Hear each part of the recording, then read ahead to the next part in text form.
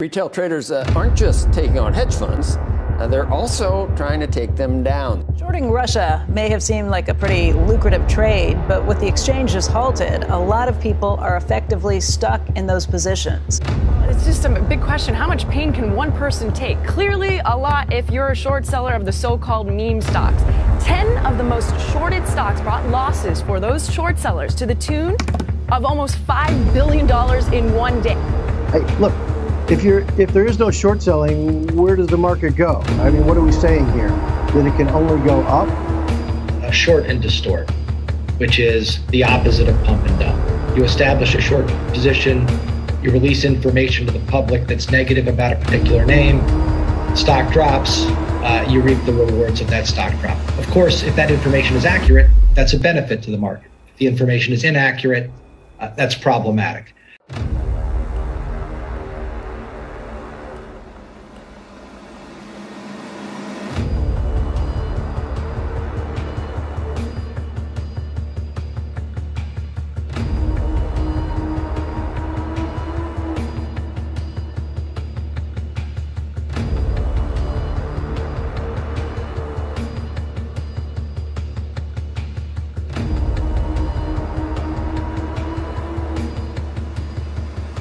Olá a todos e sejam bem-vindos a mais um episódio do canal Dividendos. Ora, os mercados estão numa tendência negativa desde o início do ano, mas isso não significa que não seja possível lucrar com esta situação. Hoje vamos precisamente estudar uma estratégia que o permite, o short selling. Para a maioria das pessoas, investir acaba por ser intuitivo. O objetivo é comprar algo hoje, sejam ações, ETFs, imobiliário ou mais recentemente criptomoedas, esperar que o preço suba e vender nessa altura. Cada investidor terá seguramente um período de tempo preferido, seja horas, dias, semanas ou anos, mas o conceito em si não muda. Comprar a um preço e vender a um preço ainda mais alto. O problema é que os mercados de produtos financeiros não têm sempre a mesma direção. Existem longos períodos de tempo onde efetivamente o preço dos ativos sobe, mas também existem alguns intervalos onde os preços caem sem piedade. Ora, a forma intuitiva de investir aproveita apenas um dos três movimentos do mercado, o movimento ascendente, e a isto chama-se estar long num ativo, fazendo o paralelismo com a realidade, desde o início do ano, que os principais índices de ações estão em queda, o que significa que para quem investe com a estratégia que mencionei, é tempo e dinheiro perdido desde janeiro. No entanto, esta estratégia ou posição permite-vos obter lucros quando o preço cai. A estratégia de short selling, também conhecida em português como posição curta ou venda a descoberto, parece um contrassenso, mas funciona. A ideia é vender imediatamente um ativo que não tens, com a obrigação de o comprar no futuro. À medida que o preço vai baixando, podes decidir comprar o mesmo ativo e lucrar a diferença. Vejamos um exemplo em concreto. Imaginemos que estás confiante que a ação da Disney vai cair ainda mais em valor. Decides entrar em short, ou seja, vender uma ação no mercado já a $131 e esperar que o preço caia ainda mais. Daqui a uma semana, a título de exemplo, imaginemos que a ação vale $101. Nessa altura, fechas a tua posição ao comprar uma ação por $101.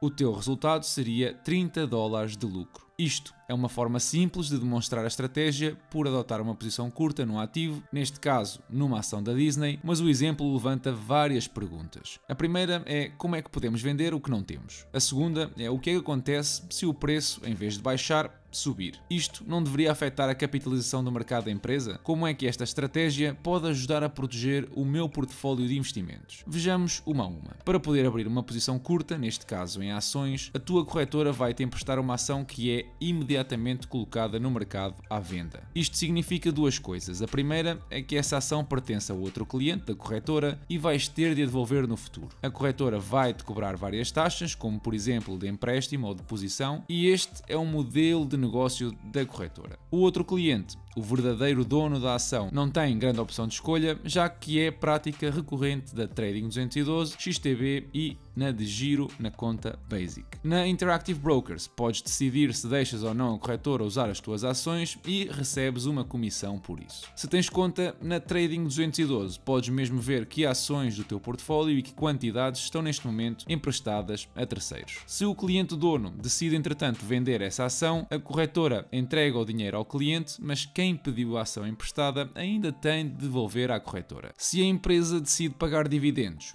Como a ação está emprestada, também será a pessoa responsável por fazer o pagamento do dividendo respectivo à corretora, para que esta o entregue ao cliente. Vejamos a segunda pergunta. Abrir este tipo de posições tem um risco muito elevado. Quando compras uma ação, o máximo que podes perder é o valor que investiste na mesma, caso o preço deixa a zero. Quando abres uma posição curta e o preço sobe, em teoria as tuas perdas serão infinitas, já que não existe um limite superior. Devido a esta exposição, as corretoras exigem que tenhas cativo, em dinheiro, uma percentagem do valor. Por exemplo, 150% para salvaguardar possíveis subidas do preço. Dessa forma, se o preço for subindo e não quiseres fechar a tua posição, o que te obrigaria a comprar o ativo mais caro, a corretora pode exigir que deposites mais dinheiro na tua conta para poder cobrir futuras subidas. Este procedimento chama-se margin call. Se não depositares o valor exigido, a corretora usa o dinheiro cativo na tua conta e fecha-te a posição automaticamente e sais com prejuízo. Por isso é que muitas vezes lês o aviso de que operar com derivados ou CFDs é altamente arriscado e mais de 80% das contas têm prejuízos. Estas duas perguntas vão mais orientadas a quem quer operar esta estratégia e que, digamos, não são muito comuns no universo dos investidores individuais. Mesmo a nível de mercado, como a Bolsa de Nova York, as operações de short representam apenas 24% do total de volume de transações. Mas ainda é importante perceber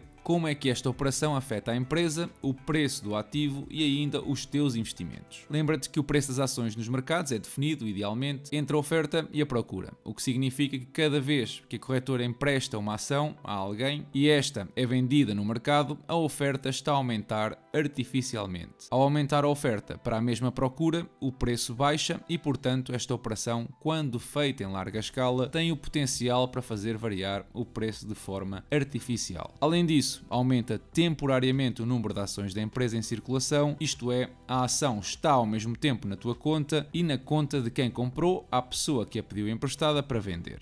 Assim que a capitalização de mercado da empresa também é afetada e com ela todos os múltiplos que dependem do número de ações. Por isso é que é muito frequente também vermos um indicador, o Short Interest, que representa quantas ações das que se encontram em circulação estão no mercado e foram pedidas emprestadas. O caso da Sprouts Farmers é um bom exemplo. 15% da sua capitalização de mercado encontra-se diluída em posições short. Ora, em algum momento estas posições vão ter de ser fechadas, o que significa que quem pediu emprestado tem de ir ao mercado comprar ações e entregar à corretora respectiva. Isso vai naturalmente aumentar a procura, que, para uma oferta constante, vai conduzir à subida do preço. Não se sabe quando é que isso vai acontecer, pode partir de uma margin call, como já expliquei, pode ser disparada por uma notícia positiva ou pode demorar meses e, entretanto, essas posições curtas estarão a pagar comissões para se manterem abertas. Se porventura o preço da ação subir repentinamente e forçar alguma liquidação das posições curtas, isto pode tornar-se numa bola de neve de liquidações ao forçar quase todas as posições a serem fechadas e o preço disparar na vertical, como foi o caso, por exemplo, da Volkswagen em 2008. Este evento chama-se um short squeeze. Outra coisa que precisam de saber é que as posições curtas, ou shorts, também podem servir como segurança ou hedge aos teus investimentos. Primeiro, porque esta operação não está limitada a ações, é possível abrir posições curtas em criptoativos também, ou inclusivamente comprar ETFs que replicam o comportamento inverso de um índice ou de um conjunto de ações. Aqui precisam de ter cuidado porque muitos são ETFs alavancados 2 e 3 vezes, que, por exemplo, para uma subida de 1% dos ativos subjacentes, tu perderias 2 ou 3% respectivamente. A ideia é que se o mercado cair e não tiveres a intenção de vender o teu portfólio, a tua posição curta vai dar-te algum retorno, permitindo, por exemplo, num ano em que os retornos dos principais índices sejam negativos, que as tuas perdas no papel sejam atenuadas pelos ganhos da posição curta. Outra opção parecida é, por exemplo, vender opções put. Como mencionei no episódio 51, vender puts obriga-te, caso o preço da ação seja inferior ao strike price, a comprar as 100 ações do contrato por esse valor. É uma forma de posição curta, mas com o potencial de perda limitado. Neste caso, a grande diferença é que podes abrir uma posição curta com apenas uma ação, mas para os contratos de opções vais sempre necessitar de capital para cumprir com 100 ações. A nível de tributação, As receitas provenientes deste tipo de mais-valias são declaradas ou no anexo G, caso a corretora tenha sede em Portugal e usando o código 51, ou no anexo J, caso a corretora tenha sede fiscal fora de Portugal e usando o código G30. Faltou-me ainda falar sobre a componente ilegal associada a esta estratégia, o chamado Naked Short Selling. Isto acontece quando a corretora não tem ações para emprestar e ainda assim permite que abras uma posição curta, recebendo comissões da tua parte. Se a corretora tiver licença para operar como um market maker, então esta situação está prevista na lei e são-lhe permitidos 3 dias para encontrar uma ação no mercado para a contraparte da tua correção. E o motivo pelo qual isto é permitido é para garantir liquidez aos produtos financeiros e impedir grandes variações do preço. Se entretanto passarem os 3 dias e a corretora não conseguir encontrar uma ação, então incorre num fail to deliver. Este cenário é grave, já que não só afeta o investidor, neste caso não recebe a parte que lhe é devida, mas também pelo impacto sistémico que representa para o mercado. Sobre este tema eu vou deixar um link na descrição com a tese de mestrado de Direito do Bernardo Cruz, que entra ao detalhe sobre tudo o que vimos e de alguma forma serviu de inspiração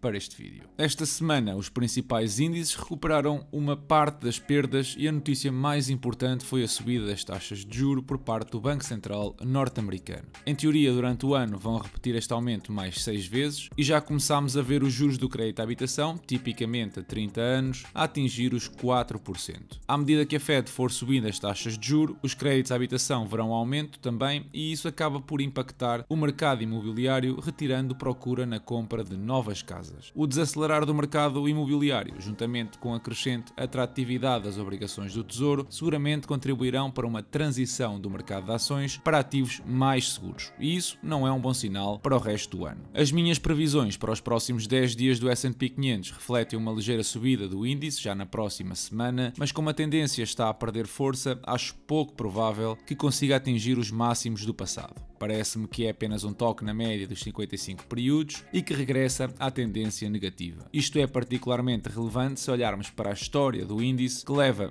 desde 2008 um crescimento dentro do corredor que estão a ver na imagem e que em 2020 saiu ligeiramente do mesmo na zona superior. Assim que o mais provável é retornar a esta diretriz nos próximos tempos. Já o Bitcoin encontra-se numa zona de consolidação e prepara-se para definir uma tendência. Na minha opinião, acredito que positiva, já que no gráfico semanal ainda falta fechar o vale a vermelho e os próximos dias poderão ver a criptomoeda atingir facilmente os 49 mil dólares. A nível do portfólio, este recuperou para os 39% de valorização e recebi 58 dólares até agora no mês de março. E é tudo por hoje, deixem o vosso like se gostaram do episódio e querem apoiar o canal, subscrevam se ainda não o fizeram, sigam-me no Instagram para mais conteúdo durante a semana e não se esqueçam de partilhar a vossa opinião na caixa de comentários. Eu desejo-vos a todos uma excelente semana e bons investimentos.